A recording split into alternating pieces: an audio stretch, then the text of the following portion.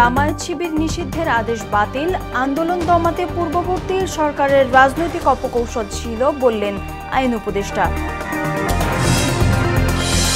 নির্বাচনের যৌক্তিক সময়সীমা নিয়ে রাজনৈতিক সংলাপের আহ্বান ফখরুলের, ঢালাওভাবে মামলা না করতে নেতাকর্মীদের নির্দেশনা।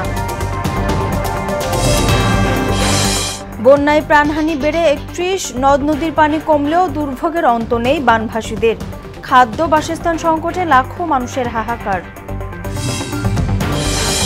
এবং প্রথমবারের মতো সাফ চ্যাম্পিয়নশিপ জিতল বাংলাদেশের যুবারা, নেপালের জালে ১ হালি গোল।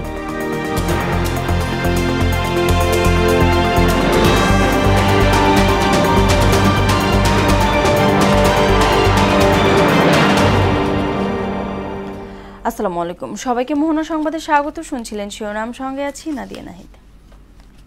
এবার বিস্তারিত। জামায়াত ইসলামী ও ইসলামী ছাত্র শিবিরের রাজনীতি নিষিদ্ধের আদেশ বাতিল করে প্রজ্ঞাপন জারি করেছে সরকার। নিবন্ধন ফিরে পেতে আগামী সপ্তাহে আপিল করার কথা জানিয়ে দলের আইনজীবী অ্যাডভোকেট শিশির মনির জানান, জামায়াত শিবির কোনো সন্ত্রাসী সংগঠন নয়। এদিকে আদালত অবমাননার অভিযোগে সাবেক ৩ প্রধান বিচারপতি সহ ৭ বিচারপতির বিরুদ্ধে মামলা হয়েছে। তানজিদ ভূঁইয়ার প্রতিবেদন। কোটা বিরোধী আন্দোলনে দেশজুড়ে ব্যাপক সংঘর্ষ ও হতাহতের ঘটনায় গত ১ আগস্ট জামায়াতে ইসলামী ও ইসলামী ছাত্র শিবিরকে নিষিদ্ধ করে স্বরাষ্ট্র মন্ত্রণালয়। তীব্র গণ আন্দোলনের মুখে ৫ আগস্ট শেখ হাসিনা সরকারের পতনের পর এবং অন্তর্বর্তী সরকার গঠন হলে জোর আলোচনা চলে দ্রুতই নিষেধাজ্ঞা প্রত্যাহার হবে।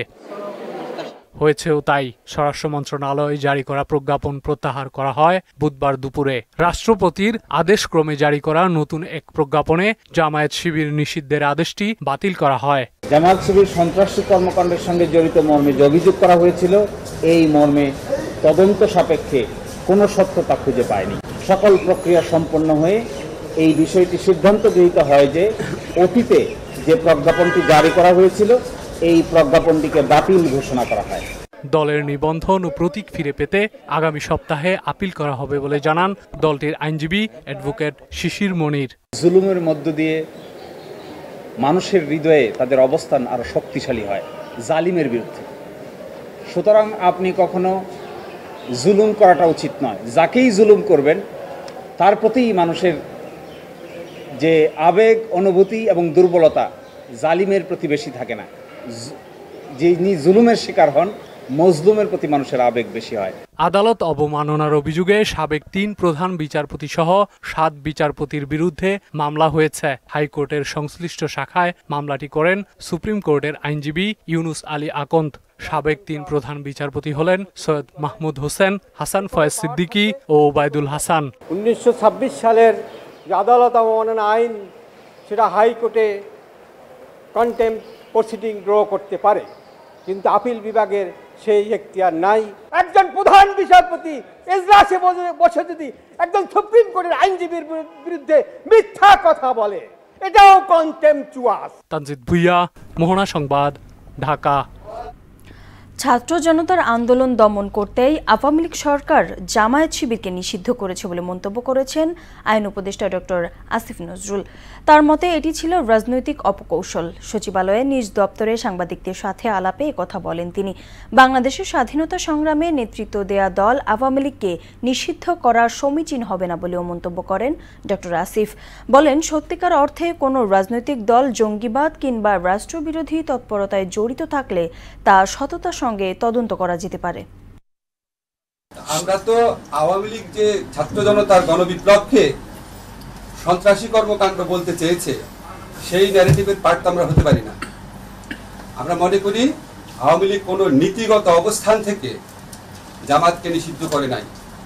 আওয়ামী লীগ রাজনৈতিক অপকৌশলের জন্য ছাত্র জনতার বিপ্লবকে নির্মমভাবে দমন করার জন্য এই ইস্যুটাকে এইভাবে ব্যবহার করেছিল। আমরা ছাত্র জনতার গণ অভ্যুত্থানে পরাজিত এবং প্রত্যাখ্যাত একটি দলের অন্যায় ন্যারেটিভের পার্ট হতে পারি না। নির্বাচনের যৌক্তিক সময়সীমা নিয়ে রাজনৈতিক দলগুলোর সঙ্গে দ্রুত সংলাপে বসতে অন্তর্বর্তী সরকারের প্রতি আহ্বান জানিয়েছেন বিএনপির মহাসচিব মির্জা ফখরুল ইসলাম আলমগীর। চেয়ারপারসনের গুলশান কার্যালয়ে এক ব্রিফিংয়ে তিনি কথা বলেন। ঢালাওভাবে মামলা না করতে নেতাকর্মীদের নির্দেশনার পাশাপাশি দেশের স্থিতিশীলতা রক্ষায় সবাইকে ঐক্যবদ্ধ থাকার আহ্বান জানান বিএনপির মহাসচিব। এমআর আসাদের রিপোর্ট। গুলশানে চেয়ারপারসনের রাজনৈতিক কার্যালয়ে দলের স্থায়ী কমিটির সিদ্ধান্ত ও সমসাময়িক বিষয়ে কথা বলেন বিএনপি মহাসচিব মির্জা ফখরুল ইসলাম আলমগীর। জানান, দলের প্রতিষ্ঠাবার্ষিকীর জন্য বরাদ্দ অর্থ বন্যা দুর্গতদের সাহায্যে ব্যয় করা হবে। এই কর্মসূচিকে একেবারে এই মুহূর্তে বাতিল করে সেখানে যে অর্থ ব্যয় হওয়ার কথা ছিল সেই অর্থটা আমরা আমাদের ত্রাণ তহবিলে দিয়ে দেব। ছাত্র জনতার বিপ্লবকে ব্যর্থ করার ষড়যন্ত্র চলছে উল্লেখ করে সবাইকে ঐক্যবদ্ধ ও সতর্ক থাকার আহ্বান জানান তিনি। বিদেশ থেকে, বিশেষ করে পার্শ্ববর্তী বিশেষ ভারত থেকে এমন কতগুলো প্রচারণা চালানো হচ্ছে যে প্রচারণাগুলোর দিকে যেন বাংলাদেশের যে বিপ্লব সেটাকে তারা নস্যাৎ করতে চায়। সাংবাদিকদের প্রশ্নের জবাবে বিএনপি মহাসচিব বলেন, নির্বাচনের জন্য সরকারকে যৌক্তিক সময় দিতে চায় বিএনপি। এ বিষয়ে রাজনৈতিক দলগুলোর সঙ্গে দ্রুত আলোচনার তাগিদ দেন তিনি। ইন্টারিম গভর্নমেন্ট তাকে সেই যৌক্তিক সময় অবশ্যই দিতে হবে এবং তার জন্য সকল প্রকার কোঅপারেশন, সহযোগিতা কিন্তু আমরা এখন পর্যন্ত করে চলেছি, করব। যতদিন আমরা মনে করি যে সরকার রাইট ট্র্যাকে থাকবে অবশ্যই আমরা সেটা করব। ওনারা কি চান, জনগণ কি চায়, এটা আলোচনা হতে হবে। তো সেই আলোচনার জন্য আমরা বলেছি যে সংলাপ হওয়ার প্রয়োজন। বিএনপি কোনো রাজনৈতিক দলকে নিষিদ্ধের পক্ষে নয় বলেও জানান মির্জা ফখরুল। জনগণের মধ্যে যেন কোনো বিভাজন সৃষ্টি না হয়, আমি অনুরোধ করব সবাইকে যে তারা যেন এই ধরনের এমন কোনো বক্তব্য না দেন যে বক্তব্যগুলো কখনো বিভাজন সৃষ্টি করবে। এমআর আসাদ, মোহনা সংবাদ, ঢাকা। চলমান বন্যায় 11 জেলায় 31 জনে উন্নীত হয়েছে প্রাণহানি। এখনও 12,27,554 পরিবার পানিবন্দী অবস্থায় আছে। ক্ষতিগ্রস্ত 58,22,000 মানুষ। সচিবালয়ে এক সংবাদ সম্মেলনে এসব তথ্য জানান দুর্যোগ ব্যবস্থাপনা মন্ত্রণালয়ের অতিরিক্ত সচিব KM আলী রেজা।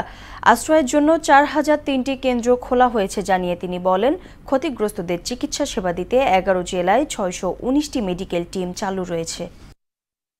জেলার ভিতরে ক্ষতিগ্রস্ত উপজেলা হচ্ছে 73টি এবং ক্ষতিগ্রস্ত ইউনিয়ন এবং পৌরসভার সংখ্যা হচ্ছে 528টি।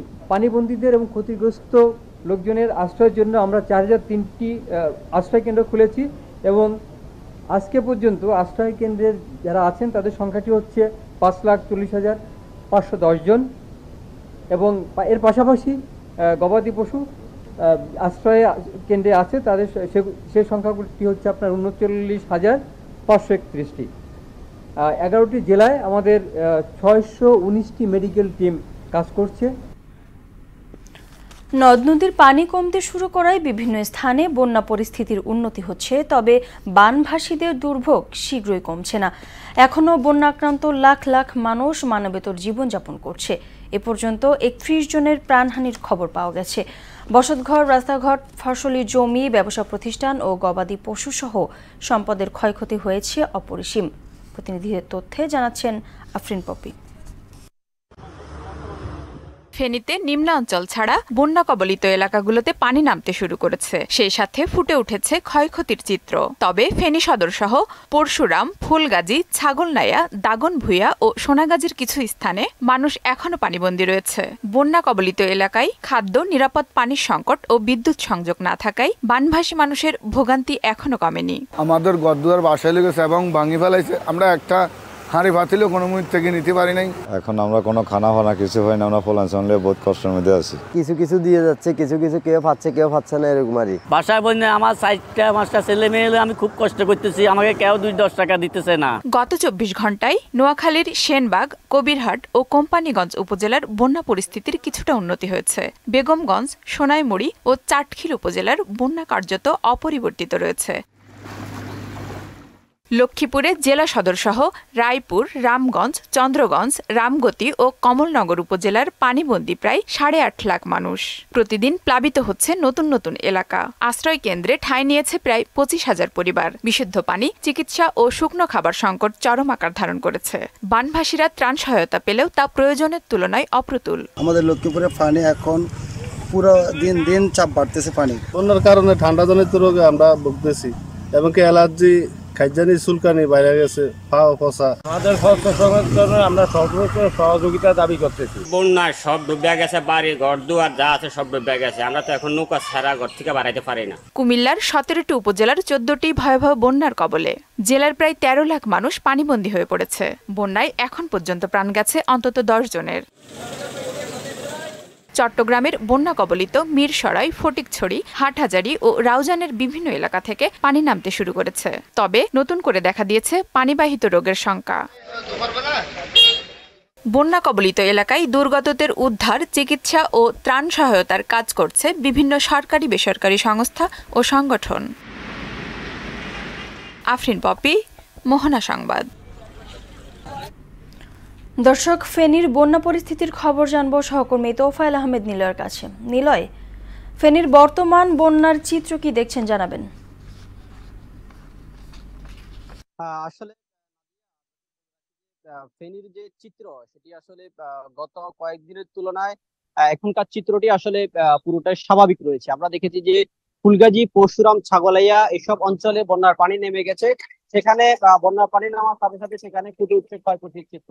আমি এই মুহূর্তে রয়েছি ফেনী সদর উপজেলার কালীদহ ইউনিয়নের আলোকদিয়া এলাকায়। আমরা দেখতে পাচ্ছি যে আসলে এখনো যে লোকালয়ে যে সকল সড়কগুলো রয়েছে সেই সব সড়কগুলোতে পানির নিচে তলিয়ে আছে। এছাড়া পার্বত্য গ্রামগুলোতে আসলে এখনো পানি নিমজ্জিত রয়েছে। আমরা আসলে দেখেছি যে শুধু বাড়িঘর থেকে পানি নামলেও কিছু গ্রামীণ সড়ক এবং মানুষের বাড়ির উঠানে কিন্তু এখনো পানি রয়েছে। তবে আপনাকে বলে রাখি যে এখানকার যে বন্যা চিত্র সেটি কিন্তু গত কয়েকদিনের তুলনায় এখন পরিস্থিতি অনেকটাই উন্নতির দিকে রয়েছে। আমি আপনাকে আরেকটি বিষয় জানিয়ে রাখি, এখানকার যে প্রাণী সম্পদ দপ্তর, তিনি আমাদের দপ্তরের যে কর্মকর্তা, তিনি আমাকে জানিয়েছেন যে এখানকার যে গত কয়েকদিনের বন্যায় আসলে 66,000 গরু জোয়ারে ভেসে এবং কি মারা গেছে এবং 23,000 হাঁস মুরগি কিন্তু মারা গেছে। এছাড়াও 2,000-এর অধিক খামারে কিন্তু তাদের যে খামারের যে সকল ছিল গরু, পশু পাখি ছিল সেগুলো কিন্তু মারা গেছে বলে জানিয়েছেন। তবে সব মিলিয়ে তাদের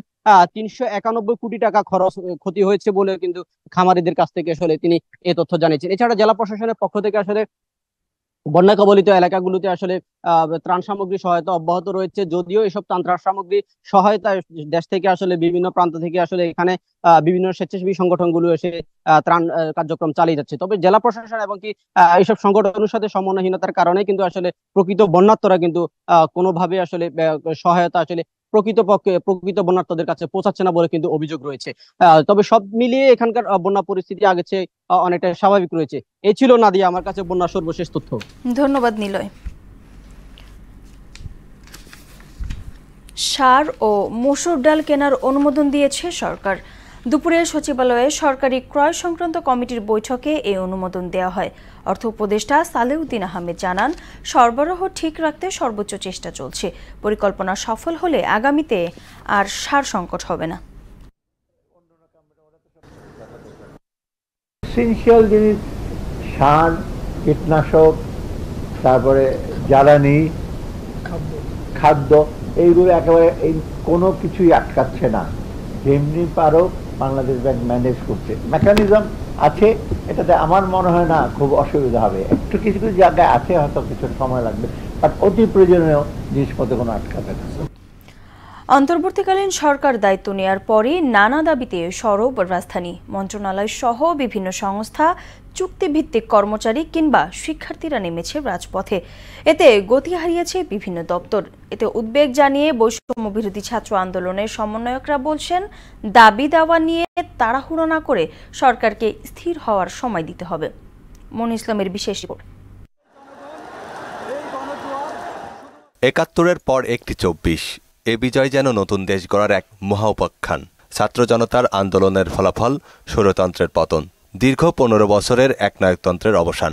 জাতির ক্রান্তিলগ্নে ছাত্র জনতার ডাকে সাড়া দিয়ে অনিয়মে জর্জরিত দেশের দায়িত্ব নেন শান্তিতে নোবেলজয়ী বিশ্বনন্দিত অর্থনীতিবিদ ডক্টর মোহাম্মদ ইউনূস। অন্তর্বর্তীকালীন সরকারের দায়িত্ব নিয়েছে এক পক্ষকালও হয়নি, অথচ এর মাঝে দাবি দেওয়ার ঝুলি নিয়ে রাজপথে নেমেছেন সরকারি প্রতিষ্ঠানের বিভিন্ন স্তরের কর্মজীবীরা। গত এক সপ্তাহে ঢাকায় অন্তত 20টি বিক্ষোভ কর্মসূচি পালিত হয়েছে। ধারণা করা হচ্ছে 2-1 সপ্তাহে আসতে পারে আরও নতুন দাবি, মাঠে নামতে পারেন অনেকেই। আন্দোলনকারীদের দাবি দীর্ঘদিন ধরেই বৈষম্যের বোঝা আরব্য উপন্যাসের দৈত্যের মতো ঘাড়ে চেপে বসেছে, এ থেকে মুক্তি পাওয়া জরুরি। যারা টাকা দিতে পেরেছে, তারা প্রশ্ন বিক্রি করতে পেরেছে, তারা সামনে সারিতে চলে আসছে। আমরা বেকার যুবক যারা আছে, আমাদের চাকরিও দরকার। তো আমরা 40 বছর পর্যন্ত বেতন পাই না। স্বাধীন সার্বভৌমত্ব বৈষম্যহীন বাংলাদেশ গড়তে চাই আমরা। তবে নতুন সরকারকে বেকায়দায় ফেলে নয়, প্রত্যাশা পূরণে এখন কেবল দৃষ্টি আকর্ষণ করা হচ্ছে বলে জানান আন্দোলনকারীরা। এটা একটু সরকারের জন্য চাপ, তার মধ্যে এখানে যেগুলো একটু ইমার্জেন্সি সেগুলো আগে দ্রুত মেটানো দরকার। নতুন সরকার আসছে এবং অল্প কয়েকদিনের মধ্যে মানুষের তো আসলে তার কাছে অনেক এক্সপেকটেশন, তারাও বিপদে পড়ছে। অন্তর্বর্তীকালীন উপদেষ্টাগণের দৃষ্টি আকর্ষণ করছি যেন আমাদের সাথে যেন এই বৈষম্যটা না করা হয়। বৈষম্য বিরোধী ছাত্র আন্দোলনের সমন্বয়ক নিশিতা জামান নিহা বলেন, বৈষম্য দূর করতে নতুন সরকারকে সময় দেওয়া উচিত। আমরা যদি অধৈর্য হয়ে আমরা মনে করি যে এক্ষুনি সবকিছু সমাধান হয়ে যাবে, সেটি তো আসলে সম্ভব না। সরকার আগাচ্ছে সেই পথে, যেন আমরাও তাদেরকে সহযোগিতা করি। এসব আন্দোলন সরকারের জন্য চ্যালেঞ্জ হলেও এর মধ্যে কোনো ষড়যন্ত্র দেখছেন না এই সমন্বয়ক। একটা ফ্যাসিস্ট রেজিম যখন চলছিল, মানুষের ওই স্বাধীনতাটা কিন্তু ছিল না। এখন মানুষ দীর্ঘদিন পর মুক্তির স্বাদ পেয়েছে, তারা বাংলাদেশে তাদের অধিকারের কথা জানাতে পারছে। তো এটিকে আসলে আমি পজিটিভভাবেই দেখছি। রাজপথে আন্দোলন না করে সরকারের সঙ্গে বসার আহ্বান জানান ডাকসুর সাবেক ভিপি নুরুল হক। অন্তত 15-20টা দিন সরকারকে একটু সময় দেন, যার যার মন্ত্রণালয়টা একটু বুঝে উঠুক। একটা নির্দিষ্ট সময় যদি আমরা না দেই, তারা কিন্তু পারবে না। আমার চেষ্টা থাকবে আপনাদেরকে স্বাস্থ্য উপদেষ্টা মহোদয়ের সাথে আপনাদের একটা প্রতিনিধিকে সাক্ষাৎ করিয়ে দেওয়া। সরকারকে বাধা নয়, বরং সহায়তা করলে বৈষম্যহীন বাংলাদেশ বিনির্মাণ সহজ হবে বলেও মনে করেন তিনি। আপনারাও সরকারকে সহযোগিতা করবেন, সরকারও আপনাদেরকে সহযোগিতা করবে। মনিরুল ইসলাম, মোহনার সংবাদ, ঢাকা। বৈষম্য বিরোধী ছাত্র আন্দোলনে পুলিশের গুলিতে নিহত জুবায়েরের পরিবারকে অর্থ সহায়তা দিয়েছেন ঢাকা মহানগর উত্তর বিএনপির সদস্য সচিব আমিনুল হক। এছাড়া বিএনপির ভারপ্রাপ্ত চেয়ারম্যান তারেক রহমানের নির্দেশে বন্যা কবলিত এলাকায় ত্রাণ সামগ্রী বিতরণ অব্যাহত রেখেছেন দলের নেতাকর্মীরা। আর জানাচ্ছেন হুমায়ুন কবির। ছাত্র জনতার আন্দোলনে পুলিশের গুলিতে নিহত জুবায়েরের পরিবারের খোঁজখবর নিতে বিএনপির ভারপ্রাপ্ত চেয়ারম্যান তারেক রহমানের নির্দেশে রাজধানীর উত্তরখানে যান ঢাকা মহানগর উত্তর বিএনপির সদস্য সচিব আমিনুল হক। নিহতের পরিবারকে সান্ত্বনা দেওয়ার পাশাপাশি আর্থিক সহায়তাও প্রদান করা হয়। ছাত্র জনতা হত্যাকারী সবাইকে বিচারের মুখোমুখি হতে হবে বলে মন্তব্য করেন তিনি। আমরা এবং সারা বাংলাদেশের মানুষ আজকে একত্রিত হয়েছে যে শেখ হাসিনা সহ এই অবৈধ মন্ত্রী এমপি সহ আজ্ঞাবহ সকল কর্মকর্তাদের আমরা বাংলার মাটিতে বিচার চাই। এদিকে বিএনপির ভারপ্রাপ্ত চেয়ারম্যান তারেক রহমানের নির্দেশে নোয়াখালী সদর উপজেলা বিভিন্ন এলাকায় বন্যার্তদের মাঝে ত্রাণ সামগ্রী বিতরণ করে ঢাকা মহানগর পূর্ব ছাত্রদল। এই সময় নোয়াখালী জেলার ছাত্রদল ও স্থানীয় নেতাকর্মীরা উপস্থিত ছিলেন।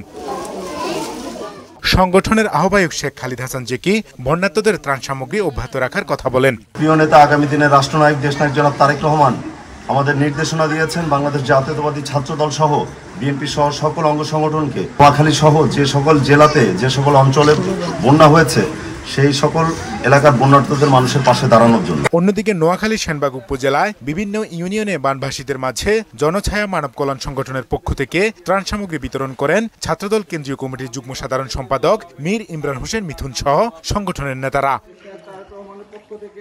হুমায়ুন কবির, মোহনা সংবাদ। সহজ সেবা নিশ্চিতে অ্যাম্বুলেন্স থেকে প্রাইভেট কার ক্যাটাগরির আয়কর বন্ধ সহ 6 দফা দাবি জানিয়েছে বাংলাদেশ অ্যাম্বুলেন্স মালিক সমিতি।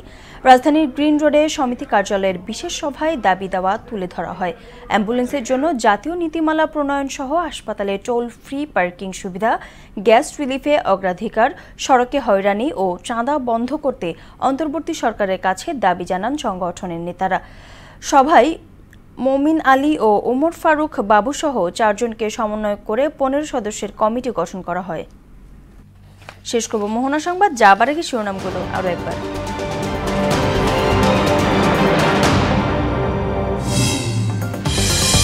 জামায়াত শিবির নিষিদ্ধের আদেশ বাতিল, আন্দোলন দমাতে পূর্ববর্তী সরকারের রাজনৈতিক অপকৌশল ছিল বললেন আইন উপদেষ্টা। নির্বাচনের যৌক্তিক সময়সীমা নিয়ে রাজনৈতিক সংলাপের আহ্বান ফখরুলের, ঢালাওভাবে মামলা না করতে নেতাকর্মীদের নির্দেশনা।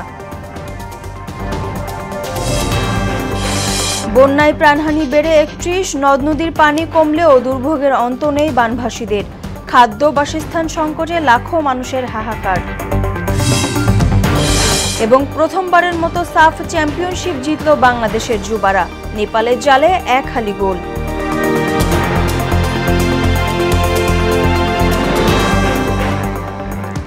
এ ছিল মোহনা সংবাদে। পরবর্তী সংবাদ রাত 9টায়। এর আগে সংবাদ এক নজরে দেখবেন সন্ধ্যা 7টায়। মোহনার সবশেষ খবর জানতে ভিজিট করুন www.mohana.tv।